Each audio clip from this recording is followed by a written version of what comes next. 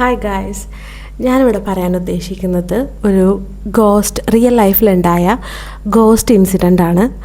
എൻ്റെ സ്വന്തം ഇതിങ്ങനെ പ്രസൻറ്റ് ചെയ്യണമെന്നൊന്നും എനിക്കറിയില്ല. ആക്ച്വലി ഇതെൻ്റെ ഫസ്റ്റ് വീഡിയോ ആണ്.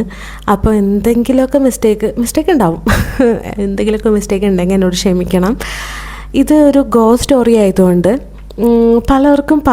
ഇത് കേൾക്കുന്ന പലർക്കും പല ഒപ്പീനിയൻസ് ഉണ്ടാവും. എനിക്കറിയാം ഇതൊരു തോന്നലാണെന്നോ അല്ലെങ്കിൽ ഇതൊരു തള്ളാണെന്നോ അല്ലെങ്കിൽ സയൻറ്റിഫിക്കായിട്ട് കുറേ റീസൺസ് ഇതിന് പറയാനുണ്ടാവും.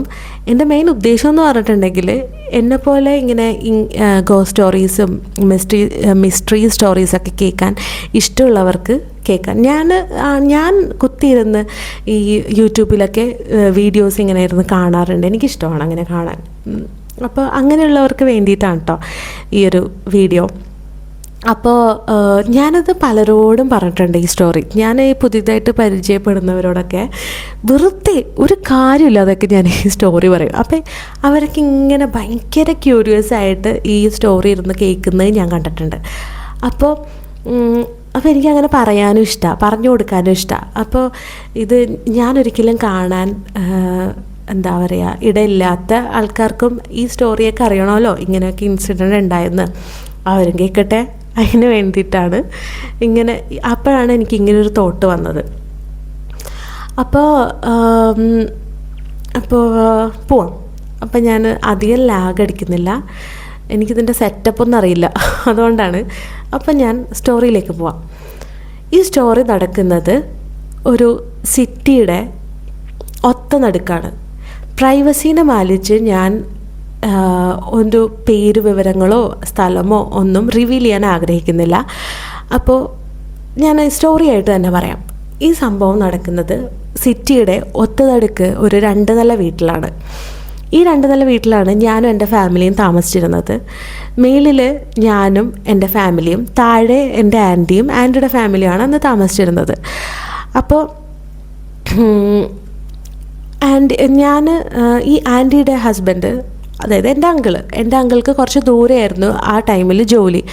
അപ്പോൾ അങ്കിളാണെങ്കിൽ ഇടയ്ക്കിടയ്ക്കൊക്കെ വീട്ടിൽ വരാറുള്ളൂ. അപ്പോൾ എപ്പോഴും അവിടെ ഉണ്ടാവാറുള്ളത് എൻ്റെ ആൻറ്റിയുടെ മോനുമാണ്. ആൻറ്റിയുടെ മോൻ അന്നൊരു 1-ലോ 2-ലോ ഒക്കെ പഠിക്കുന്ന ടൈമാണ്. അപ്പോൾ ആ ടൈമിൽ അതൊരു നല്ല വീടാണ്, പുതിയ വീടാണ്. അതായത് ഞങ്ങൾ താമസിക്കുന്നതിന് തൊട്ട് മുമ്പ് അവിടെ വേറെ ഏതോ ഒരു ഫാമിലി മാത്രമേ അവിടെ താമസിച്ചിട്ടുള്ളൂ. അപ്പോൾ അടിപൊളി വീടാണ്. അപ്പോൾ നോർമൽ ഡേയ്സ് ഇങ്ങനെ പോയിക്കൊണ്ടിരിക്കുകയാണ്. അപ്പം ഞാനാണെങ്കിൽ ഡെയിലി നടക്കാൻ പോകുന്ന ഒരു ഹോബി അന്നുണ്ടായിരുന്നു എനിക്ക്. അപ്പോൾ ഞാനും നെയ്ബർ, എൻ്റെ ഒരു ഫ്രണ്ട് ഉണ്ട്, ഞാനും അവളും കൂടെയാണ് ഡെയിലി നടക്കാൻ പോകുന്നത്. അത് ഒരു 5 മണിക്ക് പോയിട്ട് 6 മണിക്ക് തിരിച്ചു വരും. അങ്ങനെയുള്ള ഷെഡ്യൂളിലാണ് പോയിക്കൊണ്ടിരിക്കണം. ബിക്കോസ് 8 മണിയൊക്കെ ആകുമ്പോഴത്തേക്കും എനിക്കും ക്ലാസ്സിലേക്ക് പോകണം, അവൾക്കും പോകണം. അപ്പോൾ ആ ഒരു ഷെഡ്യൂളിലാണ്. ആ ഒരു ടൈമിലെ ക്ലൈമറ്റ് എന്ന് പറഞ്ഞിട്ടുണ്ടെങ്കിൽ 6 മണിയാകുമ്പോൾ തന്നെ നല്ല ഒരു വെട്ടമൊക്കെ വരും. നമ്മുടെ ഒരു മോർണിംഗ് ഒരു ടൈമൊക്കെ ആവുന്ന ഒരു ക്ലൈമറ്റാണ് അന്ന്. അപ്പോൾ എന്നും ഞങ്ങൾ പോവാറുണ്ട്. അപ്പോൾ തിരിച്ചു വരുമ്പോഴത്തേക്കും മേ ബി ഒരു 6-6:10 ആവും.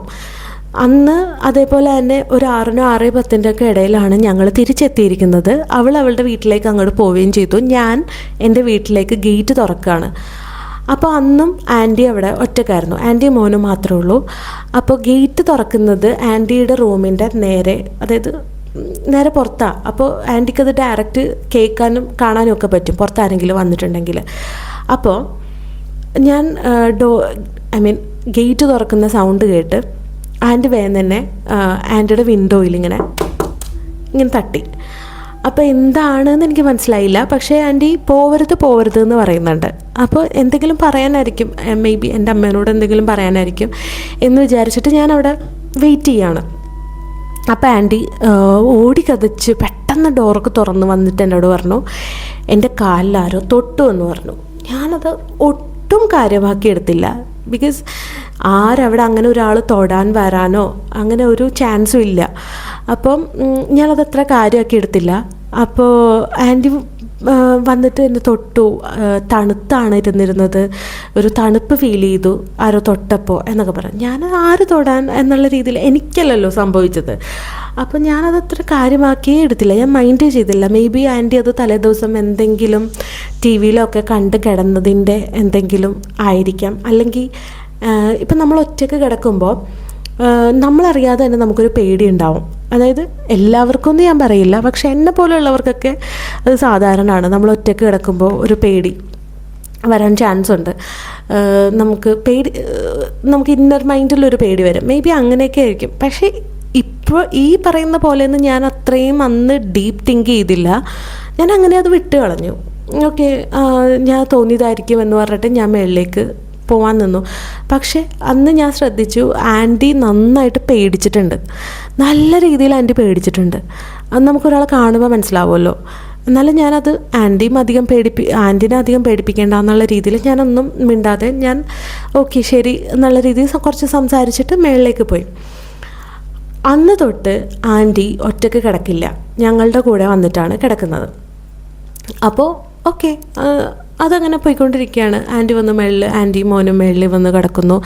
അതായത് ഡെയിലി ഒരു വൈകുന്നേരം 8 മണിക്ക് ഉള്ളിൽ ആൻറ്റി എല്ലാ പണിയും തീർത്ത്, ആൻറ്റിയുടെ പണി തീരുന്നവരെ ഞാൻ ആൻറ്റിയുടെ കൂടെ നിൽക്കും, എന്നെ പിടിച്ച് നിർത്തും. എന്നിട്ട് പണിയൊക്കെ തീർത്ത് ഒരു 8 മണിയൊക്കെ ആകുമ്പോൾ ഞങ്ങൾ 3 പേരും കൂടെ മേളിലേക്ക് പോയി മേളിൽ കിടക്കും. അങ്ങനെയാണ്. അപ്പം ഞാൻ എൻ്റെ റൂമിൽ ഒറ്റക്കാണ് കിടന്നിരുന്നത്. അപ്പുറത്തെ റൂമിൽ അമ്മ ആൻറ്റിയുടെ മോനൊക്കെ കിടക്കുന്നുണ്ട്. അപ്പോൾ ഞാൻ ലേറ്റായിട്ടാണ് കിടക്കുന്നത്. അപ്പോൾ അവർ നേരത്തെ ഉറങ്ങുന്നതുകൊണ്ട് അവരെല്ലാവരും അങ്ങനെ പോയിക്കൊണ്ടിരിക്കുകയാണ്.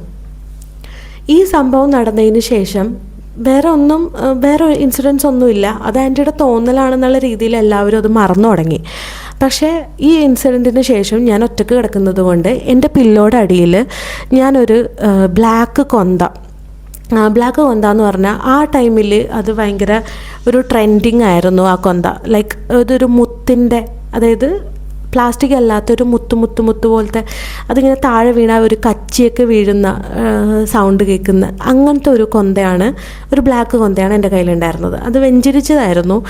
അപ്പം ആ കൊന്ത പില്ലോടെ അടിയിൽ വെച്ചിട്ട് കിടക്കാൻ തുടങ്ങി. പേടിയൊന്നുമില്ല, ചെറിയൊരു ഭയം, അങ്ങനെ കിടക്കാൻ തുടങ്ങി. ഞാനത് അപ്പോഴും അത് പില്ലോൻ്റെ അടിയിൽ വെച്ചത് കഴിഞ്ഞിട്ട് ഞാൻ അതിനെക്കുറിച്ച് മറന്നു. അങ്ങനെ പോയിക്കൊണ്ടിരിക്കുമ്പോൾ ഒരു കിളിയുടെ സൗണ്ട് അങ്ങനെ പോയിക്കൊണ്ടിരിക്കുമ്പോഴത്തേക്കും ഒരു ദിവസം ഞാൻ ഉറങ്ങി. രാത്രി എത്ര മണിയാണെന്നൊന്നും ഞാൻ ഓർക്കുന്നില്ല. ഞാൻ ടൈം നോക്കിയിട്ടില്ല അന്ന്. ഉറങ്ങി കുറച്ച് ഞാൻ ഒരു ഉറക്കത്തിൽ എനിക്ക് ഇങ്ങനെ ഒരു മനസ്സിലൊരു ഞാനൊരു സൗണ്ട് കേൾക്കുകയാണ്, എന്തോ താഴെ വീഴുന്ന സൗണ്ട്. അപ്പോൾ എൻ്റെ മനസ്സിൽ ഇങ്ങനെ തോന്നിക്കുകയാണ്, മേ ബി അത് എൻ്റെ ആ കൊന്തയായിരിക്കും.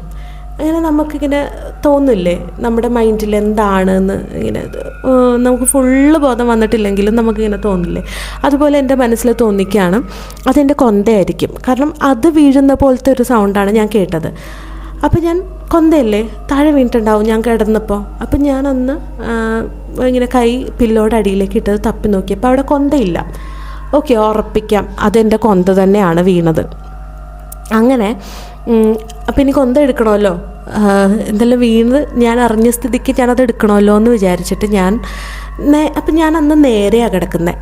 ഞാൻ താഴത്തേക്ക് ചരിഞ്ഞ് ആ കൊന്ത എടുത്ത് ഞാൻ നിവരണമല്ലോ. അതിന് വേണ്ടി ഞാൻ അങ്ങനെ ചരിഞ്ഞ് ആ കൊന്തയിൽ പിടിച്ചു.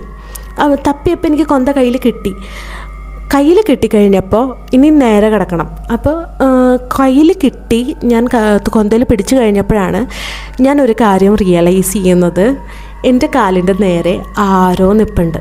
അതായത് തലേ ദിവസം ഞാൻ കിടക്കുന്നതിന് മുമ്പ് ഫുള്ള് ഡോറ് ക്ലോസ് ചെയ്ത് എല്ലാം ചെക്ക് ചെയ്തിട്ട് ഞാൻ ഒറ്റക്ക് എൻ്റെ റൂമിൽ കിടന്ന എൻ്റെ റൂമിൽ ആരോ നിൽപ്പുണ്ട്. അന്ന് എൻ്റെ കയ്യിൽ ഒരു ചാർജർ ഉണ്ടായിരുന്നു, ചൈനീസ് ചാർജർ. പലർക്കും ഓർമ്മയുണ്ടാവും. ഒരു ബ്ലാക്ക് ചാർജറാണ്. അതായത് നമ്മുടെ അന്നത്തെ ഫോണൊക്കെ ചാർജർ എന്തെങ്കിലും കേടായി കഴിഞ്ഞിട്ടുണ്ടെങ്കിൽ ഒരു ബ്ലാക്ക് കളറിലെ 100-നും 200-നും ഒക്കെ ഒരു ചാർജർ കിട്ടും. ആ ചാർജറിന് ഒരു പ്രത്യേകതയുണ്ട്. ആ ചാർജറിന് ഒരു ലൈറ്റ് ഉണ്ട്, ബ്ലൂ അല്ലെങ്കിൽ റെഡ് കളറിലെ ലൈറ്റ് ഉണ്ടാവും. അപ്പോൾ എൻ്റെ കയ്യിലിരിക്കുന്ന ചാർജർ അത് വർക്ക് ചെയ്യില്ല, പക്ഷേ ഇത് ലൈറ്റ് കത്തും. ഈ ചാർജറിനൊരു ബ്ലൂ ലൈറ്റാണ്. അപ്പോൾ ഈ ലൈറ്റ് എന്ന് പറഞ്ഞിട്ടുണ്ടെങ്കിൽ ഭയങ്കര വെട്ടമാണ് ഈ ലൈറ്റിന്. നമ്മൾ ഈ ചാർജർ കുത്തിയിട്ട് നമ്മൾ ആ റൂമിൽ കിടന്നു കഴിഞ്ഞിട്ടുണ്ടെങ്കിൽ ഒരു 15 മിനിറ്റ് കഴിഞ്ഞാൽ ഈ റൂം നമുക്ക് ഓൾമോസ്റ്റ് വിസിബിളായിട്ട് കാണാൻ പറ്റും ഈ ഒരു ബ്ലൂ ലൈറ്റിൽ.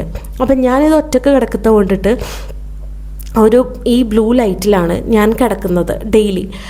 അപ്പോൾ അന്ന് ഞാനത് ഓൺ ചെയ്തിട്ടാണ് കിടന്നത്. അപ്പോൾ ഈ ബ്ലൂ ലൈറ്റിലാണ് ഞാൻ കാണുന്നത് എൻ്റെ കാലിൻ്റെ നേരെ ഒരാൾ എഴുന്നേറ്റ് നിൽക്കുന്നുണ്ട്.